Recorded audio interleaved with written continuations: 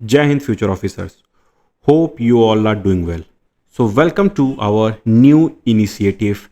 This side Rohan here, your economy and environment faculty. So आज से हमारी एक नई सीरीज स्टार्ट हो रही है जिसमें हम लोग PYQ डिस्कशन करने जा रहे हैं। ये सीरीज़ आपके लिए यूपीएससी से रिलेटेड आप जो भी एग्ज़ाम दे रहे हो सारे एग्ज़ाम में ये सीरीज़ आपके लिए बहुत ही ज़्यादा हेल्पफुल होने वाली है। फॉर एग्ज़ाम्पल अगर आप एनडीए की तैयारी कर रहे हो, अगर आप सीडीएस की तैयारी कर रहे हो, अगर आप एफकेट की तैयारी कर रहे हो, सीएपीएफ की तैयारी कर रहे हो या किसी भी एग्ज़ाम की तैयारी कर रहे हो, ये सीरीज़ आपके लिए बहुत ही ज़्यादा इंपॉर्टेंट होने वाली है। इस सीरीज़ में हम लोगों ने क्या किया है, सपोज़ मैं आपको इकॉनमी की पीवाईक्यू डिस्कशन करवाने वाला हूँ।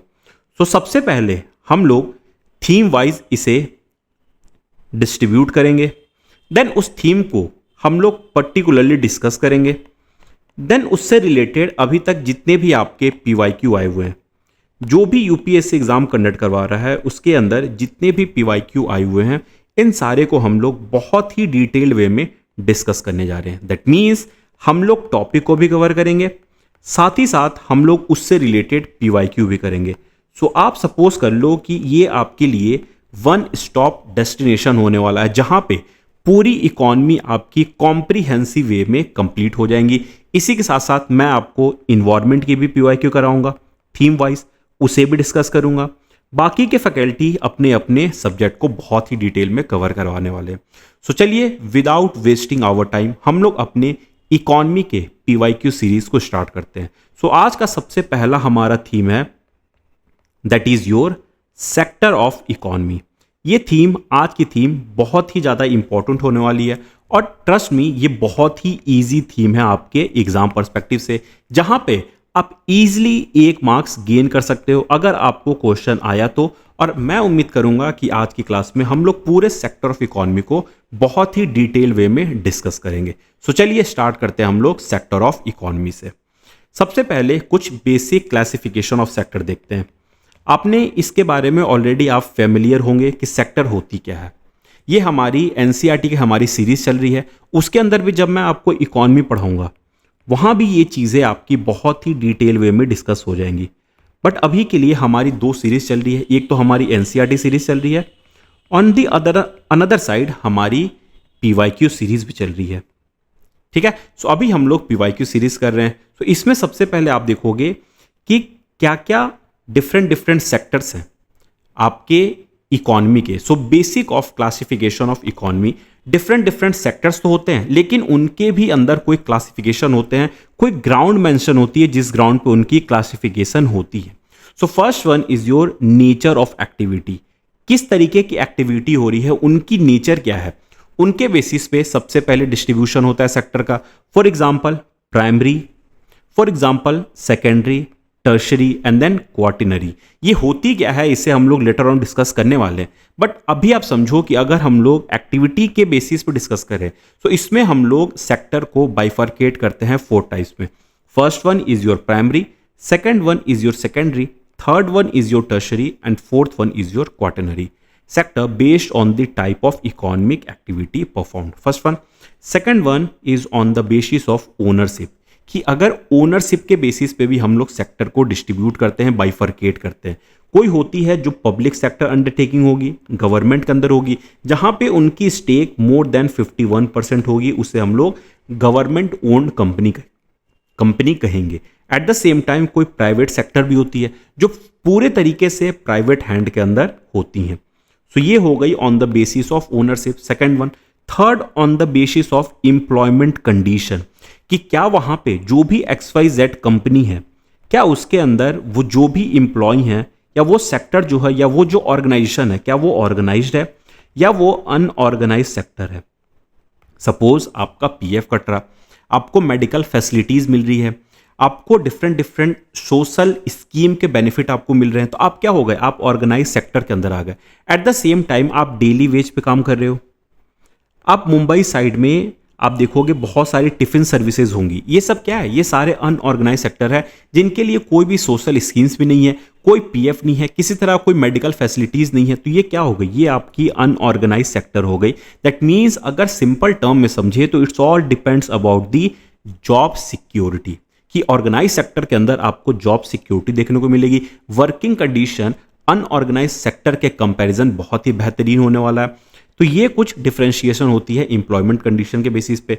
Fourth, on the basis of working condition, कि कैसी वहां की वर्किंग कंडीशन है, क्या वो सीजनल सेक्टर है, क्या वो सीजन के ऊपर डिपेंड करती है, या वो डिस्गाइज्ड अनएम्प्लॉयमेंट पैटर्न दिखा रही है, डिस्गाइज्ड एम्प्लॉयमेंट पैटर्न दिखा रही है, जो आपको एग्रीकल्चर सेक्टर में इजीली देखने को मिलता है। ठीक है, सो ये कुछ 4 क्राइटेरिया हो गई, क्लासिफिकेशन हो गई, जिसके बेसिस पे सेक्टर जो है वो बाइफरकेट होते हैं। उम्मीद करता हूं यहां तक आपकी सारी पॉइंट, सारी चीजें आपकी क्लियर होगी। नाउ अब हम लोग देखते हैं एक्टिविटीज के बेसिस पे। पहला होगा हमारा classification on the basis of nature of activity. चीजों को ध्यान से समझते चलना, क्योंकि लास्ट में हमारे लिए पीवाईक्यू इसी स्लाइड के अंदर पड़ी हुई है।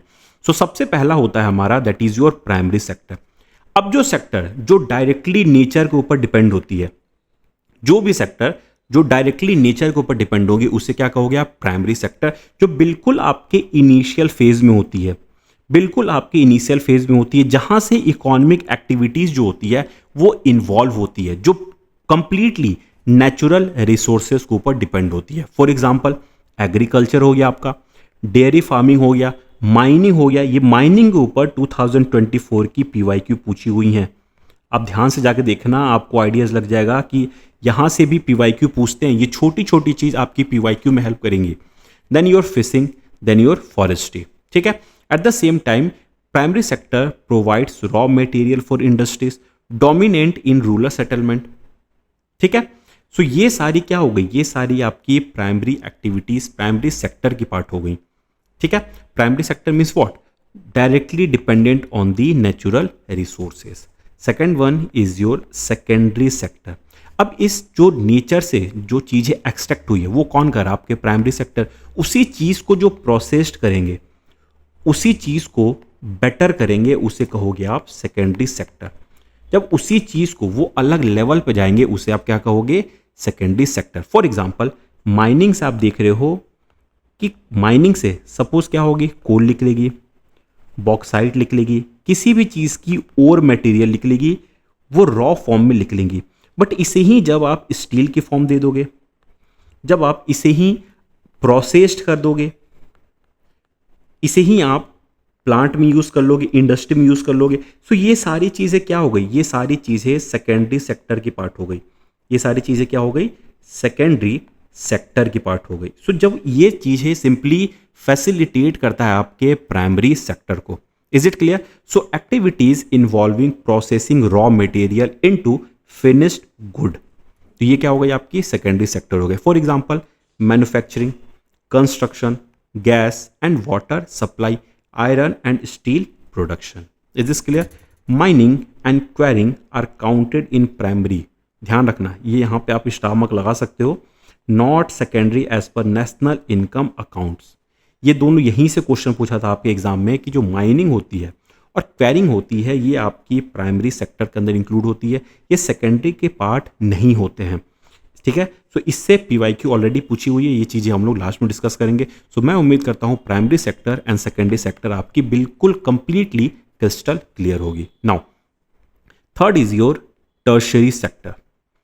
Tertiary sector means what? जो आपको सर्विस प्रोवाइड कर रहे हैं। आपने रॉ मटेरियल के बारे में देखा, आपने देखा कि वो जाके फिनिश्ड प्रोडक्ट बन रही है, लेकिन अब उस फिनिश्ड प्रोडक्ट को कोई और भी तो फैसिलिटेट करेगा ताकि वो मार्केट तक पेनिट्रेट करे, वो एक हाउस होल्ड सेक्टर तक जा पहुंच पाए। तो इसे ही फैसिलिटेट करने के लिए आपकी सर्विस सेक्टर आती है, जो सर्विसेज प्रोवाइड करती है, जो ट्रांसपोर्ट फैसिलिटी प्रोवाइड करेगी, जो मल्टीपल चीज़ें प्रोवाइड करेगी, जैसे इंश्योरेंस प्रोवाइड करेगी, फाइनेंशियल हेल्प प्रोवाइड करेगी, बैंकिंग सेक्टर देंगी। तो ये सारी क्या है? ये सारी आपकी टर्शरी सेक्टर हैं, जो कहीं ना कहीं इनविजिबल होती है। ये कंप्लीटली इनविजिबल सेक्टर होती है, जो आप इस चीज़ को फील नहीं कर पाओगे। आप ऐसा भी हो सकता है कि हम आपको अभी पढ़ा रहे हैं, मैं आपको पढ़ा रहा हूँ, आप इस चीज़ को फील नहीं कर पा रहे होंगे कि ये आपके लिए एक तरीके से इनविजिबल चीज़ें होंगी, विजिबल नहीं होगी। मैं आपको एजुकेशन ला के आपके हाथ में तो नहीं दे रहा हूं, मैं आपको बस आपको टीच कर रहा हूं, आपको कुछ समझा रहा हूं। तो ये सब सारी चीजें क्या होती है, ये सारी चीजें इनविजिबल होती है, लेकिन इनकी अपनी भी कोई इंपॉर्टेंस होती है। Is this clear? So it provide services rather than goods. Example, your trade, transport, banking, insurance, public administration, financial services. Is this clear? So trading is a tertiary activity, not farming or manufacturing. ठीक है, trading क्या होती है, service activities के अंदर आती है। तो ये तीन हो गई आपकी primary sector, secondary sector and tertiary sector. Now fourth one is your quaternary sector. Simply जो टर्शियरी सेक्टर के भी ऊपर जाए, जो कहीं ना कहीं नॉलेज बेस पे डिपेंड हो, कहीं ना कहीं हाई स्किल सर्विसेज पे डिपेंड हो, जहां पे आप रिसर्च एंड डेवलपमेंट देखो, इंफॉर्मेशन टेक्नोलॉजी देखो, एजुकेशन देखो, ये सारी क्या हो गई, क्वाटरनरी सेक्शन में आ गई। बट इसे आपको बहुत डिटेल में नहीं पढ़ना है, इसे आप चाहो तो इग्नोर कर सकते हो। आपको बस प्राइमरी सेक्टर को देखना है, आपको बस सेकेंडरी सेक्टर को देखना है, एंड देन आपको टर्शियरी सेक्टर को देखना है। तो मैं उम्मीद करता हूं कि ये तीनों आपकी कंप्लीट वे में आपको समझ में आ गया होगा। नाउ अब हम लोग देखते हैं second one, that is on the basis of ownership and employment. इसके बेसिस हम लोग देखेंगे ओनरशिप के बेसिस पे, एंड देन सेकंड हम लोग एम्प्लॉयमेंट कंडीशन के बेसिस पे देखेंगे। सो ओनरशिप के बेसिस पे हमारी ऑलरेडी बात हो रखी है। एक तो हो गई आपकी पब्लिक सेक्टर, एक हो गई आपकी private sector. Public sector means what, owned और कंट्रोल्ड बाय गवर्नमेंट, जहां पे 51% से ज्यादा उनकी स्टेक होगी, उसे ही कहोगे आप ओनरशिप, गवर्नमेंट ओन्ड। जैसे your ONGC, NTPC, Indian railway, ये सब क्या है, ये सारी गवर्नमेंट ओन्ड कंपनी है। सेल, योर गेल, योर भेल, ये सारी आपकी ओनरशिप गवर्नमेंट के अंदर है। ठीक है। At the same time private sector वो कंपनी होती है जो कंप्लीटली इंडिविजुअल या किसी प्राइवेट इंडिविजुअल के द्वारा, ऑर्गेनाइजेशन के द्वारा रन करे।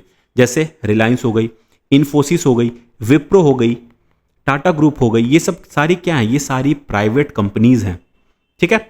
नाउ अब अगर हम बात करें third one, that is your based on the employment condition. Employment condition के बेसिस पे, तो उसमें हम लोग देखेंगे सबसे पहला होगा आपका ऑर्गेनाइज सेक्टर, जहां पे आपको जॉब सिक्योरिटी देखने को मिले, जहां पे आपको रेगुलर वेजेस मिले, सोशल सिक्योरिटी मिले, ये सारी बेनिफिटेड जहां पे आपको देखने को मिलेगी, जहां पे आपको मेडिकल फैसिलिटी मिले, जहां पे आपकी हेल्थ की इंश्योरेंस हो, जहां पे आपका पीएफ कटे, जहां पे आपको पेंशन का प्रोविजन हो, मल्टीपल चीजें, जहां पे आपको एक मतलब वर्किंग कंडीशन, एक बेटर वर्किंग कंडीशन मिले, उसे कहोगे आप ऑर्गेनाइज सेक्टर।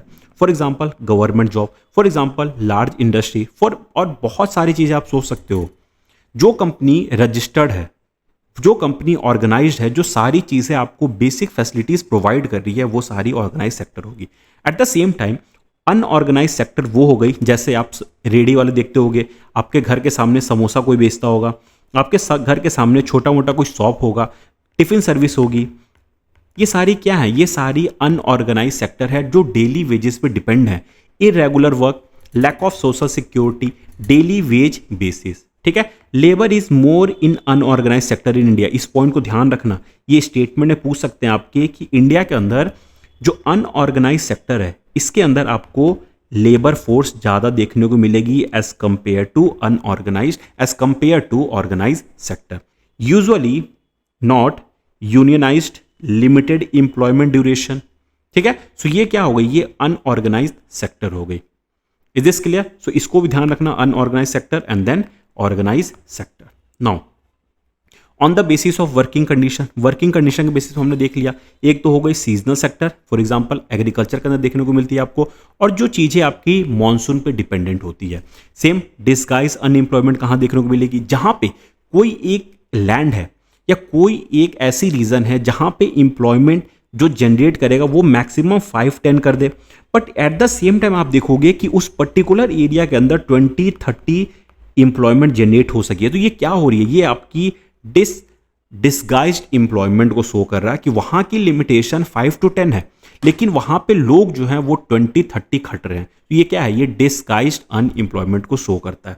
नाउ ये सारी बातें हो गई हमारी सेक्टर ऑफ इकोनॉमी से रिलेटेड। अब हम लोग बात करते हैं कुछ real sector and non real sector की। रियल सेक्टर होती क्या है और नॉन रियल सेक्टर क्या होती है। सो रियल सेक्टर वो होती है for example goods and services production, जहां पे आपकी गुड्स प्रोड्यूस हो रही है, जहां पे आपकी सर्विसेज प्रोडक्शन हो रही है, उसे कहोगे आप रियल सेक्टर।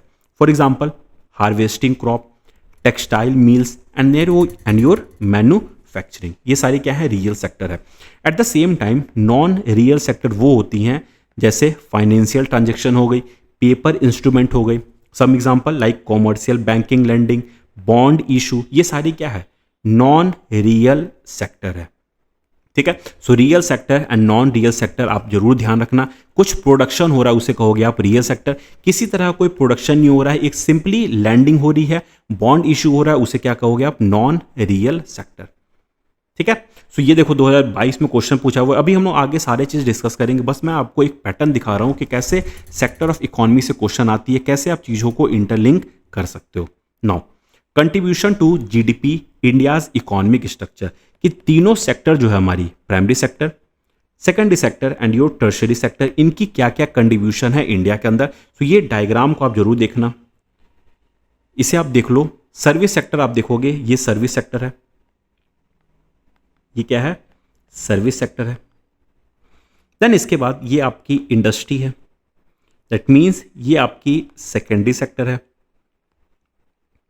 एंड देन इसके बाद ये आपकी एग्रीकल्चर है, दैट मीन्स प्राइमरी सेक्टर है। ठीक है, सो आप देखोगे कि इंडिया की जो जीडीपी है सबसे ज्यादा कंट्रीब्यूट करता है service sector, approx more than 50% of GDP. Real में देखोगे तो एटलीस्ट 58% अप्रॉक्स है, सिर्फ सर्विस सेक्टर से आती है। एट द सेम टाइम उसके बाद आती है इंडस्ट्री जो सेकेंडरी सेक्टर के अंदर होती है, देन योर एग्रीकल्चर जो प्राइमरी सेक्टर के अंदर होती है। तो देखो एनडीए 2014 में भी ऐसे क्वेश्चन पूछा हुआ था ऑर्डर में अरेंज करने के लिए, service, then your industry, then your agriculture. ठीक है, वहीं अगर हम लोग इंप्लॉयमेंट डिस्ट्रीब्यूशन की बात करें तो सबसे ज़्यादा इंप्लॉयमेंट जनरेट करता है मोर देन 50%, और you can say 45 to 55% in your agriculture sector. Eight the same time जो सबसे ज़्यादा जीडीपी में जिसकी शेयर है वो कौन है, आपकी सर्विस, और ये सर्विस सेक्टर सबसे कम इंप्लॉयमेंट जनरेट करता है, अप्रॉक्स 13% के आसपास ये इंप्लॉयमेंट जनरेट करता है। लेकिन जो चीज़ें, जो सेक्टर सबसे कम जीडीपी में कंट्रीब्यूट करता है, आई थिंक 18% जीडीपी में कंट्रीब्यूट करता है, वो मोर देन 50% को इंप्लॉयमेंट दे रहा है। तो यही चीज़ें आपको डिस्गाइज्ड इंप्लॉयमेंट दिखाती है। ये क्या दिखाती है आपकी, कि कैसे डिस्गाइज्ड इंप्लॉयमेंट जनरेट हो रहा है अपने भारत के अंदर। Now largest share in GDP किसकी है, सर्विस सेक्टर की। तो ये सारी चीज़ें मैंने आपको समझा दिया है, contribution to GDP, India's economic structure. Now अब कुछ देख लो, special categories and critical sector, special categories and special sector. So critical sector under PPP appraisal committee. ठीक है, सो फर्स्ट वन कौन कौन से हैं critical sector, your agriculture, food storage बहुत ज़्यादा होती हैं, इंडस्ट्री भी होती है यहाँ पे क्रिटिकल सेक्टर। ये सारी क्वेश्चन में पूछे हुए हैं कि कौन कौन से क्रिटिकल सेक्टर है। Then your third, banking and financial service is also a critical sector. Fourth, irrigation is also a critical section. And then 5, transport. So ये सारी पांचों जो है ये क्रिटिकल सेक्टर के अंदर आती है। ध्यान रखना आप लोग, ऐसे क्वेश्चन सीएपीएफ 2024 के अंदर पूछे हुए हैं कि कौन कौन से क्रिटिकल सेक्टर के अंदर आते हैं। So agriculture, industry, banking, irrigation and then your transport. तो ये सारी क्या है आपकी क्रिटिकल सेक्टर के अंदर आते हैं। Now stand up India scheme, ये बस ऐसे ही एडिशनल है, देख लो आप। Enterprise can be established in manufacturing sector, service sector and your trading sector. ठीक है, सो इनके लिए ये है जो स्टैंड अप इंडिया स्कीम है, ये इनके लिए है, मैन्युफैक्चरिंग सेक्टर के लिए, सर्विस सेक्टर के लिए, ट्रेडिंग सेक्टर के लिए, लेकिन ये फार्मिंग सेक्टर के लिए नहीं है। ध्यान रखना, ये देखो ईपीएफओ 2021 के अंदर क्वेश्चन पूछा हुआ है। ये जो स्टैंड अप इंडिया है ये सिंपली मैन्युफैक्चरिंग सेक्टर को प्रोवाइड करेगा, हेल्प करेगा, सर्विस सेक्टर को हेल्प करेगा, ट्रेडिंग सेक्टर को हेल्प करेगा, लेकिन ये फार्मिंग सेक्टर के लिए नहीं है। इस चीज़ को आप नोट डाउन जरूर करना। नाउ अब देख लो हम लोग livestock sector and carbon emission, कि carbon emission, livestock sector, ये सारी क्या है। सो लाइव स्टॉक सेक्टर की अगर बात करेंगे इंडिया में, सो ये कंट्रीब्यूट करता है अप्रॉक्स 25% ऑफ एग्रीकल्चर, ठीक है, जीवीए, ठीक है, gross value addition. And also it provide self employment to large population, आपने देखा अप्रॉक्स 50% के आसपास। Equitable and inclusive sector help rural economy, जो ऑब्वियस ही बात है, जो लाइफ स्टॉक सेक्टर होता है, जो एग्रीकल्चर सेक्टर है, ये रूरल पे ही तो पूरे बेस्ड है, ये कंप्लीटली रूरल इकोनॉमी पे ही बेस्ड है। ठीक है, देखो 2026 के अंदर इससे क्वेश्चन पूछा हुआ है, ये भी हम लोगों को देखना है अभी। Then your carbon emission by sector India, कौन सा सेक्टर सबसे ज़्यादा कार्बन एमिशन करता है? ऑब्वियस सी बात है इलेक्ट्रिसिटी करेगा, क्योंकि इंडिया के अंदर अभी भी थर्मल पावर जनरेशन बहुत ज़्यादा होती है। हम लोग पूरी तरीके से कोल पे अभी भी बेस्ड हैं, ये बहुत बार एग्जाम में क्वेश्चन ऑलरेडी पूछ रखा है। देन अदर, और किससे किससे कार्बन एमिशन होगा? Your service sector like your transport, manufacturing से होती है जो सेकेंडरी सेक्टर के अंदर होती है। तो ये सारी क्या है? ये सारी कार्बन एमिशन को दिखा रहा है सेक्टर वाइज। तो सबसे ज़्यादा किससे हो गई? आपकी सेकेंडरी सेक्टर से सबसे ज़्यादा कार्बन एमिशन होगी अगर सेक्टर वाइज बात करोगे। वहीं अगर पर्टिकुलरली बात करोगे तो सबसे ज़्यादा थर्मल सेक्टर से होती है, जहाँ पे इलेक्ट्रिसिटी, क्योंकि अभी भी हम लोग कोल पे ज़्यादा डिपेंडेंट है। Is this clear? वहीं लाइफ स्टॉक सेक्टर आपने समझ लिया है। नाउ अब कुछ देख लो तो economic reforms and saving patterns, ये ऐसे कोई बहुत ज़्यादा इंपॉर्टेंट नहीं है, बस आप इसे एक बार देख लो, क्योंकि यहाँ पे जीएसटी से रिलेटेड बात हो रही है जो 101st कॉन्स्टिट्यूशनल अमेंडमेंट एक्ट के तहत ऐड हुआ था। ठीक है, ये क्या था? एक इकोनॉमिक रिफॉर्म था, जो भी इनडायरेक्ट टैक्स है उसके लिए रिफॉर्म हुई थी। नाउ यूनिफाइड टैक्स सिस्टम कर दिया गया, जीएसटी क्या किया? यूनिफाइड टैक्स सिस्टम कर दिया गया, जहां पे रिप्लेस कर दिया मल्टीपल इनडायरेक्ट टैक्सेस को विथ अ यूनिफाइड टैक्स, जहां पे सीजीएसटी आ गई, जहां पे एसजीएसटी आ गई, जहां पे इंटीग्रेटेड जीएसटी आ गई। तो ये सारी क्या है? एक यूनिफाइड टैक्स सिस्टम को जनरेट करना, साथ ही साथ वन नेशन कॉन्सेप्ट कर दिया, ताकि पूरे इंडिया के अंदर एक सिंगल टैक्स सिस्टम पूरे इनडायरेक्ट टैक्सेस को एक जगह सिंप्लीफाई करके रख दिया गया। तो सिंप्लीफाइड कॉम्प्लायंस, ये सारी बातें हमारी हो रखी हैं। सो ये ध्यान रखना, unified tax system, one nation concept and your simplified compliance. ठीक है, एंड ये पॉइंट ध्यान रखना, does not directly reduce CAD और ओवरटेक चाइना इन ग्रोथ। ठीक है, does not directly reduce current account deficit. ठीक है, इसका कोई रिलेशन नहीं है कि करेंट अकाउंट डेफिसिट हमारी रिड्यूस होगी, ऐसा बिल्कुल नहीं हुआ है, इसको ध्यान रखना। नाउ सेविंग पैटर्न की अगर बात करें तो सेविंग पैटर्न सबसे ज़्यादा आपके प्राइवेट सेक्टर के पास है, असेंडिंग ऑर्डर सबसे ज़्यादा, देन उससे भी ज़्यादा आपके हाउस होल्ड सेक्टर के पास है। That means house hold sector top पे है सेविंग के मामले में, देन उससे नीचे अगर डिसेंडिंग ऑर्डर बात करेंगे तो आपकी प्राइवेट कॉर्पोरेट्स है। ध्यान रखना आप लोग इस बात को कि असेंडिंग ऑर्डर में बात हो रही है लोवेस्ट टू हाईएस्ट, सबसे कम है प्राइवेट, देन उसके ऊपर है आपकी हाउस होल्ड सेक्टर से। Is this clear? सो ये पॉइंट को एटलीस्ट ध्यान रखना, इससे क्वेश्चन पूछे हुए हैं, इसलिए मैंने ये चार्ट को भी यहीं पे इंक्लूड कर दिया। नाउ अब बात कर लेते हैं, हम लोग कंक्लूड कर लेते हैं चीज़ों को, sectoral linkages and exam oriented quick reference. So अब हम लोग तीनों सेक्टर के बारे में बात करेंगे, your agriculture primary, industry your secondary sector and your service your tertiary sector. So agriculture basically provide what? Raw material, industry generally process them and manufactures them, then services provide support like banking, transport and insurance. तो तीनों के बीच में अगर आप relation की बात करोगे तो आप देखोगे तीनों एक दूसरे के लिए पिलर के रूप में काम कर रहा, तीनों एक दूसरे को फैसिलिटेट कर रहा। Is this clear? नाउ साथ ही साथ it balance growth needs all three. कोई भी कंट्री को अगर ग्रोथ चाहिए तो इन तीनों का बैलेंस्ड अप्रोच, इन तीनों का बैलेंस्ड अप्रोच बहुत ज़्यादा नेसेसरी होता है। नाउ अब अगर हम लोग टेबुलर फॉर्म में देखें, so first is your primary sector, example agriculture, dairy farming and your mining. ठीक है, in here farming dominates rural settlement, ये चीज़ आपको पता है। सेकंड अगर बात करेंगे सेकेंडरी सेक्टर की, सो manufacturing, construction, gas and water. Mining is primary not secondary, देखो यहाँ पे लिखा हुआ है, फिर से आप स्टमक लगा लेना, mining is primary not secondary. Third is your tertiary, trade, banking, insurance and your transport. Trading is equivalent to tertiary sector, trading किसके अंदर आती है? टर्शरी सेक्टर के अंदर आती है। Then fourth is your quaternary, research and development, information technology, consultancy, education. ठीक है, सो ये चीज़ें आप इग्नोर कर देना, मैं ये कहूँगा कि आप इग्नोर कर देना, लेकिन ये तीनों को एटलीस्ट आप ध्यान रखना, primary, secondary and tertiary. So sector wise अगर इशू की बात करें हम लोग, तो सबसे पहला इशू प्राइमरी सेक्टर के साथ क्या है? ऑब्वियस ही बात है, लो प्रोडक्टिविटी है, साथ ही साथ डिस्गाइज्ड अनएम्प्लॉयमेंट यहाँ पे देखने को मिलता है। वहीं सेकेंडरी सेक्टर की बात करें तो यहाँ पे इंफ्रास्ट्रक्चरल बॉटलनेक बहुत ज़्यादा है, इंफ्रास्ट्रक्चर की इशू हर जगह। आप देखोगे कि लैंड कैप्चर करने जाते हैं, कोई भी इंडस्ट्रियलिस्ट किसी भी स्टेट के अंदर लैंड कैप्चर करने जाते हैं तो उन्हें बहुत सारी इशू फेस करनी पड़ती है। बहुत सारा पैसा भी देना पड़ता है, फिर भी वो लैंड को कैप्चर नहीं कर पाते हैं।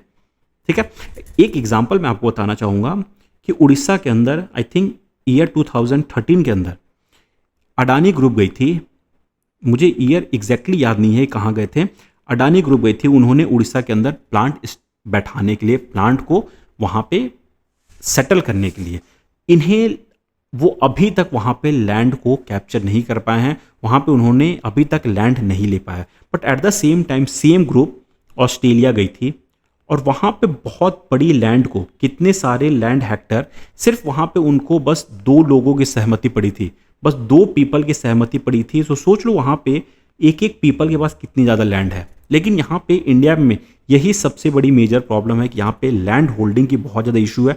आप जल्दी से मतलब लैंड कैप्चर कर ही नहीं पाओगे। सो अगर लैंड ही आप कैप्चर नहीं कर पाओगे तो ऑब्वियस सी बात है इंफ्रास्ट्रक्चर बॉटलनेक आपको देखने को मिलेगा। साथ ही साथ एनर्जी शॉर्टेज तो अपने आप में बहुत बड़ी चैलेंज है। टर्सरी सेक्टर के साथ क्या है, दैट ग्रोथ तो है इनके पास, लेकिन ये बहुत ज़्यादा अर्बन सेंट्रिक है। साथ ही साथ जॉबलेस ग्रोथ कंसर्न, क्योंकि 55% जीडीपी में ग्रोथ है, लेकिन इंप्लॉयमेंट देखोगे तो 13 से 18%, दैट्स इट। सो देख रहे हो कितना ज़्यादा गैप है। सो यही दिखाता है टर्शरी सेक्टर का प्रॉब्लम। वहीं अनऑर्गेनाइज सेक्टर का क्या इशू है, डोमिनेट्स इंडियाज एम्प्लॉयमेंट। सोचो 80 to 85 पॉपुलेशन डिपेंडेंट है अनऑर्गेनाइज सेक्टर पे। कितनी बड़ी इशू है आप ये सोच सकते हो। तो ऐसे पॉइंट को आपको जरूर ध्यान रखना है। तो ये सारी बातें हो गई हमारी पूरी सेक्टर से रिलेटेड बातें, सेक्टर ऑफ इकोनॉमी से रिलेटेड बातें। हमने बहुत डिटेल में इस चीज़ों को कंप्लीट कर लिया है। सेक्टर ऑफ इकोनॉमी हमारी कंप्लीट हो गई। सो अब हमारी मोटिव है कि हम लोग इससे रिलेटेड जो भी पीवाईक्यू अभी तक एग्जाम में पूछी हुई है, हम लोग उससे क्विकली करने की कोशिश करते हैं। सो सबसे पहला क्वेश्चन आप देखो, UPSC IAS Indian engineering service के अंदर 2023 के अंदर क्वेश्चन पूछा होता। First question, consider the following economic activities. ठीक है, public administration, financial service, mining and quarrying. अब इन सब में से 3 ऑप्शन है, 3 आपके साथ स्टेटमेंट है, कौन कौन से टर्सरी सेक्टर के अंदर आते हैं। सबसे पहले आप माइनिंग को एलिमिनेट करोगे, क्योंकि माइनिंग कहाँ आती है, प्राइमरी सेक्टर के अंदर। ये बातें हमारी ऑलरेडी हो रखी है। सो अगर आप थर्ड को एलिमिनेट करोगे तो आप कुछ ऐसे जाओगे, तो आपके पास आंसर क्या बचेगा, 1 and 2। दैट मीन्स ये दोनों आपकी financial services and public administration, ये दोनों आपकी टर्शरी सेक्टर के अंदर आती हैं। इज दिस क्लियर, कहाँ आती हैं, टर्सरी सेक्टर के अंदर। पहला क्वेश्चन। अब हमारी सेकंड क्वेश्चन क्या है वो देखो आप, which of the following statement about India's unorganise sector are true.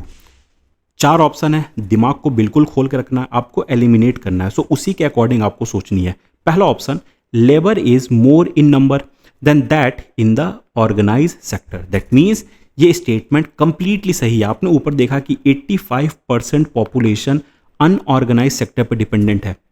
ठीक है, तो ये स्टेटमेंट सही है। Second, job security and work regulation are better in unorganise sector. Is it true? आप सोच के देखो क्या ये ट्रू है? जॉब सिक्योरिटी होती है, कंप्लीटली नो।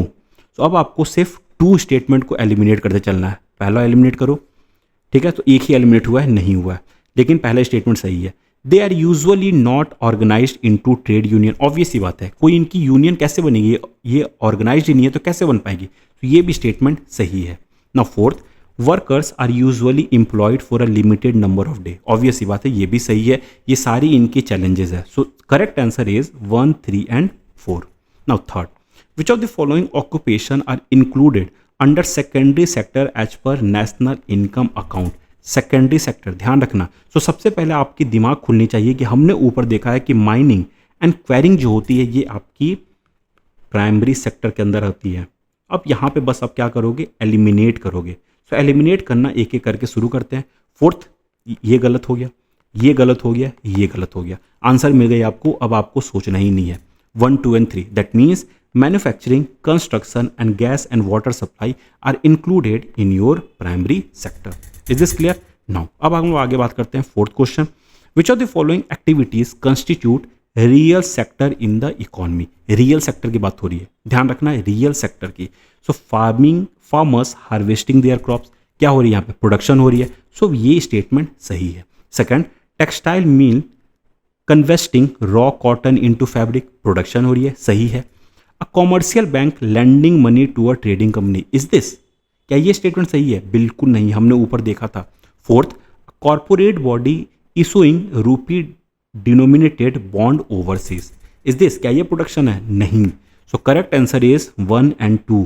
ध्यान रखना, CSC 2022 का क्वेश्चन है ये, देख लो आप 2022 का क्वेश्चन आप लोग कर पा रहे हो बस इतने से छोटे से लेक्चर से।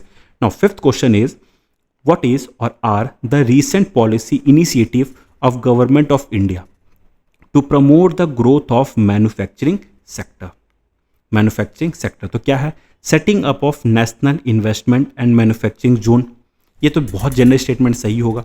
Provide the benefit of single window clearance, obvious सी बात है, जो अच्छे चीज़ बता रहे हैं वो हमेशा सही ही होते हैं। बस आपको ये चीज़ें, जब आप UPSC एग्जाम दे रहे हो तो इतने दिमाग को आपको ब्रॉड रखना है कि अच्छी चीज़ें हमेशा सही होंगी। Establishing the technology acquisition and development fund, obvious सी बात है, तीनों बेटरमेंट को दिखा रहा है, तीनों इनोवेशन को दिखा रहा है, अचीवमेंट को दिखा रहा है, इंडिया की पॉलिसी की ऑब्जेक्टिव को दिखा रहा है। सो तीनों स्टेटमेंट सही हैं, किसी तरह कोई गलत नहीं है, बहुत ही जनरल स्टेटमेंट है, जेनेरिक स्टेटमेंट है, सही है।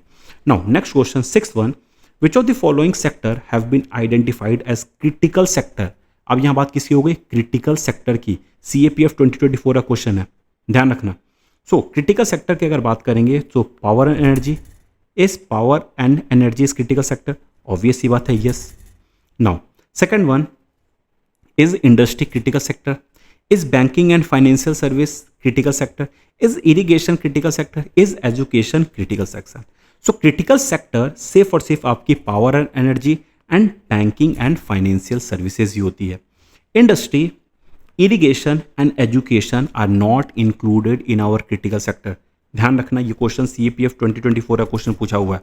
So correct answer is 1 and 3।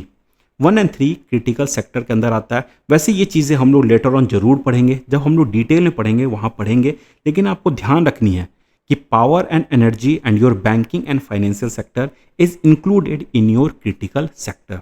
वहीं पे industry, irrigation, education critical sector के अंदर नहीं आती हैं। Now next question, seventh, classification of an enterprise into public और private sector is based on what? Simple सी बात है, ownership of asset of the enterprise. ये चीज़ें हमने पढ़ रखी है कि प्राइवेट एंड पार्टनर कैसे बैठेंगे, पब्लिक एंड प्राइवेट, आप सेक्टर को कैसे डिफाइन करोगे? ऑब्वियस सी बात है, उनके ओनरशिप पे। Now eighth question, with reference to the sector of the Indian economy consider the following pair. 2024 CSC देख लो आप, स्टोरेज ऑफ एग्रीकल्चर प्रोड्यूस किसके अंदर आएगा? ऑब्वियस सी बात है, ये टर्सरी के अंदर आएगा। ये क्या कर रहा है? ये सर्विस प्रोवाइड कर रहा। सो आप इसे ही गलत करो ना। सबसे पहले डेयरी फार्म क्या होता है? प्राइमरी होता है, ऊपर हमने देखा। मिनरल एक्सप्लोरेशन क्या होगा? वेविंग ऑफ क्लॉथ क्या होगा? देखो आप सोच के देखो, वेविंग ऑफ क्लॉथ क्या होगा? सेकेंडरी होगा। ठीक है, is this clear? Now next question, a stand up enterprise can be established in. Stand up enterprise can B establish. वहीं आप ये चीज़ भी देख सकते हो, आप ये जो दिया हुआ है ना, ये हमने बुक से लिया है, लेकिन ये गलत है आंसर। आप इसको ध्यान से देखो कि मिनरल को जो एक्सप्लोर करेंगे ये किसके अंदर आएगी? हमने ऊपर देखा था ना, मिनरल जो माइनिंग होगी, क्वेरिंग होगी, वो किसके अंदर आएगी? वो आपकी प्राइमरी सेक्टर के अंदर आएगी। सो अगर वो प्राइमरी सेक्टर के अंदर आएगी, डेट मीन्स ये भी गलत है, ये भी गलत है। तो सही आंसर क्या हो गया?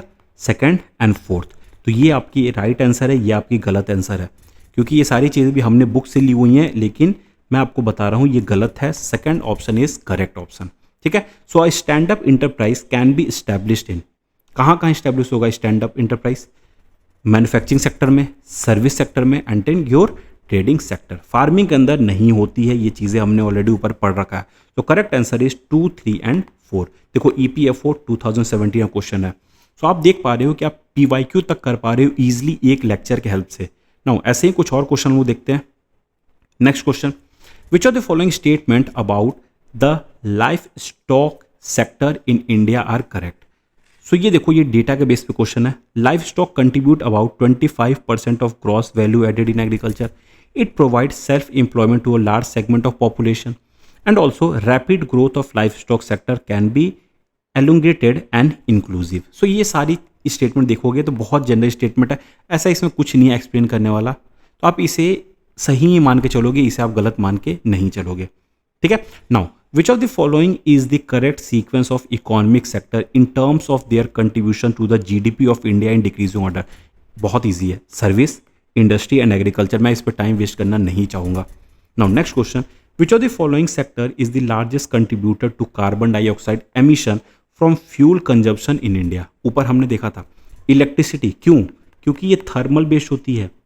अभी पिछले साल 2024 के अंदर सीएससी के अंदर भी ऐसे कुछ क्वेश्चन पूछे हुए थे।